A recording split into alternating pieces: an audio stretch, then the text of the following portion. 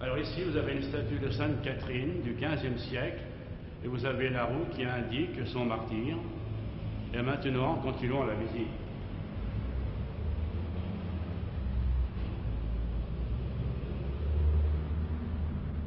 Eh bien oui, continuons la visite. Mais essayons de quitter, malgré leur aspect sympathique, les côtés trop traditionnels des musées d'autrefois. Le musée lorrain de Nancy a su faire peau neuve, se moderniser. N'y a-t-il pas maintenant une muséologie? De toute manière, un sérieux renouveau que nous évoquons avec son conservateur.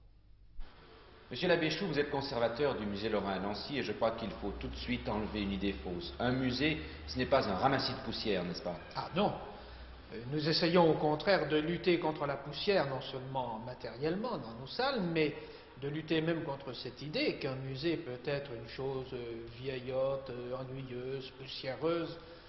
Nous essayons de présenter ce que nous avons, nos collections, d'une façon vraiment vivante, d'une façon agréable, et en même temps d'une façon didactique, qui fasse comprendre, qui fasse apprendre. Puisqu'il s'agit de faire comprendre, je suppose qu'il y a une sorte de plan dans ce musée. Vous avez des thèmes.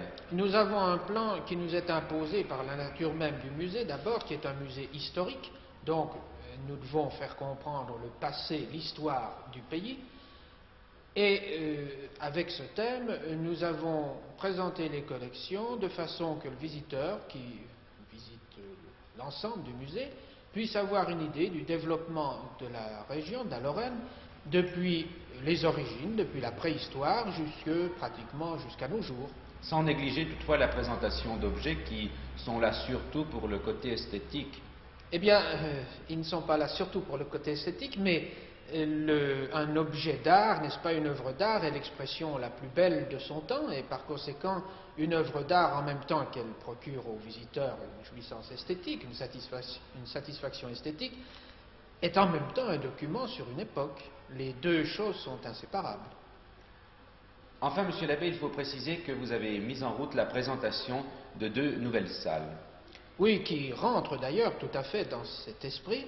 D'une part, nous avons ajouté à nos salles du XVIIIe siècle une salle consacrée aux sciences au XVIIIe siècle, et en Lorraine comme partout, n'est-ce pas, on a eu un très grand engouement pour les sciences à cette époque.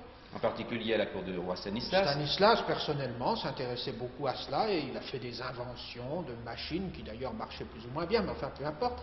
Et autour de lui, on s'y intéressait, et nous avons des objets qui viennent de Stanislas et de son entourage. Mais votre salle juive a dû vous causer bien des ennuis. Je suppose que vous avez dû vous renseigner pour savoir ce que elle m'a posé des problèmes, bien sûr, car c'est assez complexe et assez particulier. Mais en même temps, elle m'a donné beaucoup de satisfaction parce que j'ai appris beaucoup de choses en la présentant.